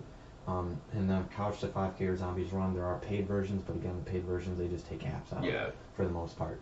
And then the next thing to do just to help with weight loss is calisthenics. It's completely free. Push-ups, pull-ups, sit-ups. And then obviously my favorite, burpees. That combines a lot. And you could combine a burpee into a pull-up if you have a bar. But they're kings. They help you build up range of motion. They help you build good body strength, and they also help you build form. So you should be able to do all of those 3 before you actually add weight on, and that's what's needed. Key. It's key. So again, that's why I call them the king exercises, because just like the king exercises in the gym of being bench press, squat, and deadlift, again, you're gonna have to do all the calisthenics to be able to build up those muscles. So again, and they're free, so you don't need anything to do them. You just need your body. You could squat with your body, you could push up, you could pull up, you could do crunches, and you could do burpees. So start doing those. There are plenty of apps, and there's like apps where you could do that'll train you to do push-ups, like 100 push-ups continuously, 15 pull-ups continuously, like 200 squats, and blah blah blah. So there are plenty of good apps that'll train you to do that. That you need like accountability, or if you just don't want to pay a personal trainer to kind of teach you that. And then obviously the last 3 are the ones that you have to pay for. Personal training, which I do recommend, especially if you've been out of the gym or if you haven't really been keeping up with your exercise already. Personal trainers, they educate you on how to do them. They should be teaching you on how to do, once you go into the gym by yourself, knowing how to set up your form, how to set up the equipment, and what type of workouts go well together. But they're also there for accountability. They're going to be reminding you of when you set up an appointment, what time, have you come in, actually make sure that you're exercising, that you're not BSing on your phone, and getting the work done. So definitely, and right now it is good that all the gyms are opening up, so they're going to be most likely having sales for personal training. But then the next one is also nutrition coaching, which is a lot of people struggle. There's just so much information out there on the internet that it's hard to decipher what is best. Where nutrition coaches like myself, they're not really dietitians or nutritionists, where they're giving you a medical layout of a nutrition plan, but nutrition coaching will help you figure out exactly what to do. That we could come up with you on a meal plan that's completely personalized to yourself, to your lifestyle, and help you learn those habitual choices and turn that pretty much diet into a regular lifestyle. So yeah, definitely, and that'll go a long way. Just again, going back to my girlfriend with how proud I am of her. She lost a considerable amount of weight just focusing on her diet, and that goes a long way. If you have a good diet that you can stay consistent with and turn into a lifestyle, you could easily lose weight just with that alone. You don't need any of the extra exercise. Obviously, that added exercise will help you physically healthy too, and it'll burn more calories and you can lose a little bit more weight. But nutrition alone could get you pretty far. Nutrition is definitely the number one focus point on that. Because if you have bad nutrition but a good workout program, it's not really going to cancels itself out in a sense. They don't really complement each other. And it's just going to be, you're just going to be fighting a battle going uphill. Where if you have good nutrition alone, it'll complement exercising, and it's going to be on a steady platform. And then if you have a good nutrition program that is designed for your exercise program, your battle is practically like you're fighting downhill. It's going to be the easiest thing. And then lastly, going back to the gym. If your gyms are opening up, or if you have your own home gym, workout is the best way to lose that 10 pounds for that summer body. But the last thing that I do want to talk about, and just going into the nutrition, is protein. So there's been a new study on a protein, and the protein is called mycoprotein. Mycoprotein. And what it is a single cell protein from a fungal plant. So it's a fungus protein, which is pretty awesome. And the coolest thing about this protein is, unlike any other type of like vegetable type protein, like non-meat protein, a lot of them aren't complete proteins, so they're missing some essential amino acids. Where this one is a complete protein, and it has all 9 essential amino acids. And for those of you that don't know, there's technically 22 amino acids, but with the body, we really only count 20 of them. And out of those, 9 of them are essential, and pretty much meaning that our body can't make them up. We have to bring them in from an outside source, meaning food. So this protein it can be vegan and vegetarian friendly protein. I'll tell you why it could be. And what's nice is the biggest thing with those diets, the vegan and vegetarian diet, is you have to have a good combo of different foods to come up with a complete protein. Oh, okay. So you're getting all the essential amino acids. Because like a broccoli, on the nutrition facts, we'll say it has protein, but it's not complete protein. So you have to add something to it, like a legume. So that's why like the biggest thing is like people that have like broccoli, rice, and beans. So you get a complete protein. So this one, it just makes it a little bit easier, and that's why also like beyond the beef stuff, those are complete proteins, and makes it easier for vegans to do that, so they don't have to pretty much do extra research or come up with new recipes for it. It's just easy to grab, easy to cook, and then eat. So this one, it's really nice to have, and how it's made is actually it's fed with carbohydrates in an air-lifted fermenter, and once it's going through the process, it turns into like a dough-like substance, which they pretty much just scrape off. Oh wow! And then use for food, and because it's dough-like, it's very pliable, so they could use it in whatever.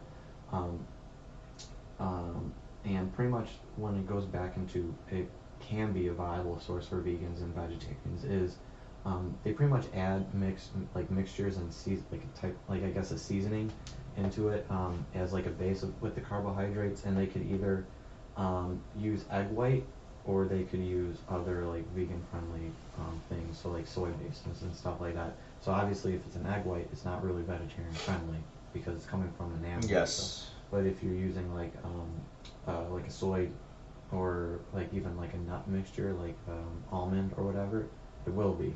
So you just have to kind of pay attention to the packaging on it, if it is made with egg whites or not. Because one company that that uses it fully of this mycoprotein is called Quorn. I want to say it's Quorn. I would say. Sounds about right. Yeah. And I had their meatless nuggets, and now their meatless nuggets is made with egg whites. But there are other products from them that aren't made with the egg whites, so they're more vegan friendly.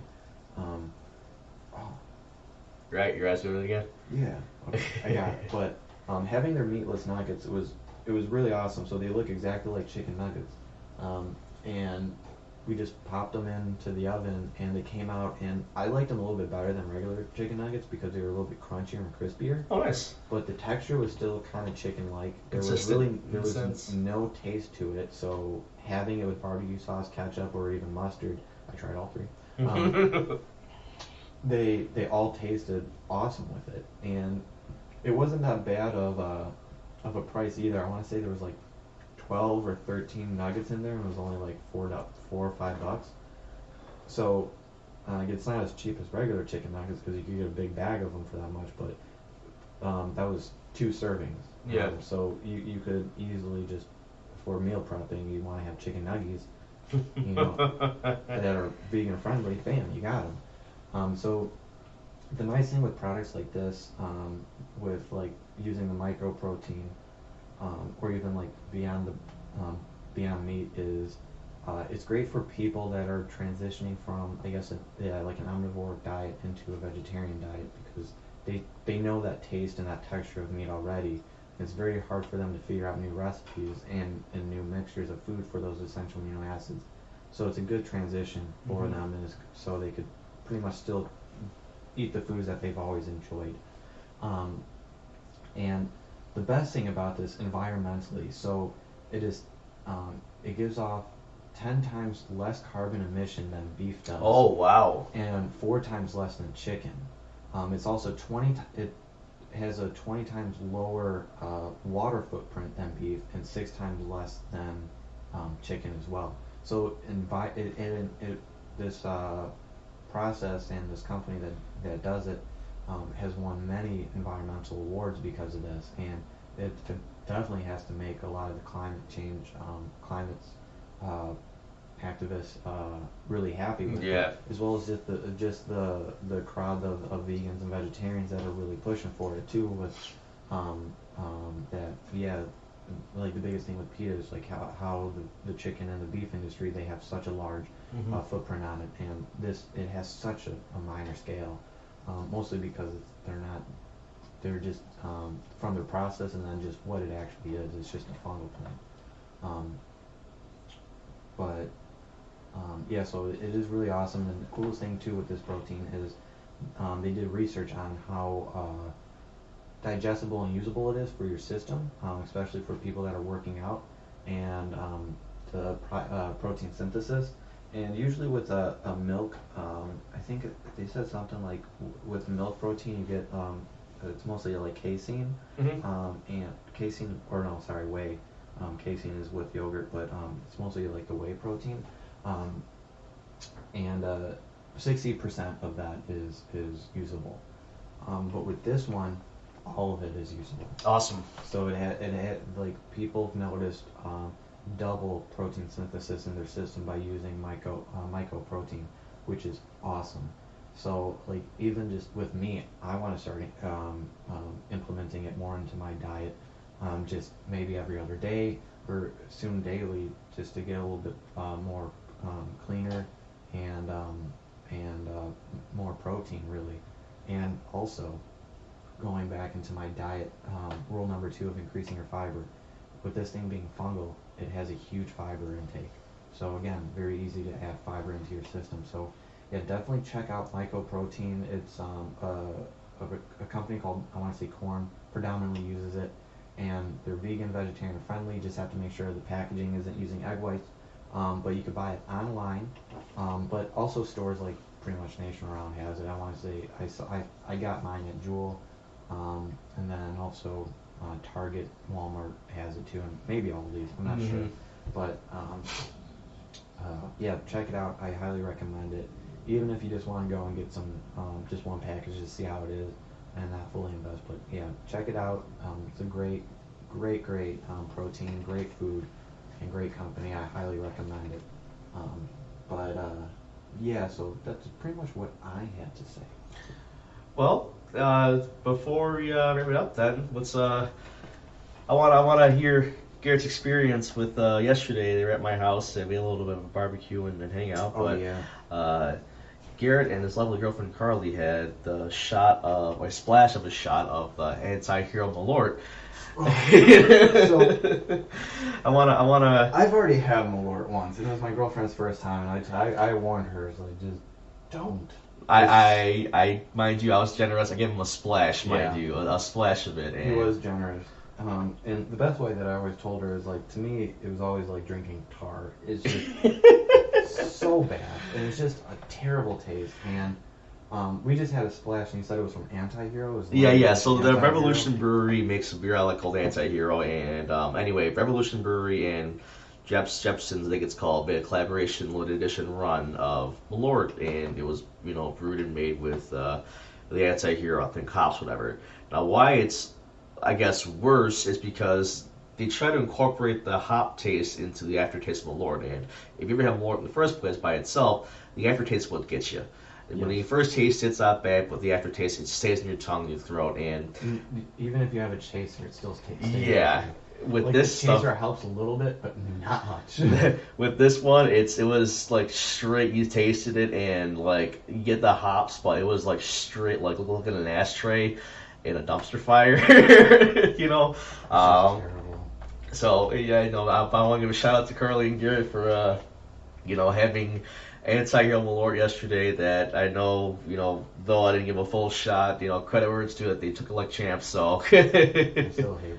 I could have given you a Chicago handshake with gonna a full shot of Malort and then shotgun a low style. That's very true. You were very kind to us, just giving us a splash, and it was literally a splash. It wasn't even half a shot. I would say it was like a tenth of a shot. Yeah, it was just I wanted to pretty much. Garrett and Carly, they were helping me a lot when moving into my new casa, so it was my thank you to them by giving them a splash of limited edition Malort. You have a weird way of saying thank Oh, you, I know. Tommy. But guys, please take care of yourselves. I hope you enjoyed this episode. We'll be working on getting the new one set up in the next week or two, planning things out, and I know soon we're having guests coming on to the podcast as well. Yeah. We appreciate you listening, and I look forward to doing this again another episode. So take care from that guy, Tom. Yeah, and then just before I sign out, I just want to say thank you, everyone, for being patient with us. And I really hope you're enjoying it. And then if you do have any questions, please just you could either email me at garretk.fit@gmail.com, or you could always just give me or Tom a message on Facebook or Instagram. But yeah, thank you so much for listening to the episode. Have a great day, everyone. Dogs are going crazy, but hey, have a great day, everyone. Stay safe, and we love you. Bye, guys. Bye. Oh, we had it at a perfect time with my parents pulling in. Dude, I would say. How mad would you be right now?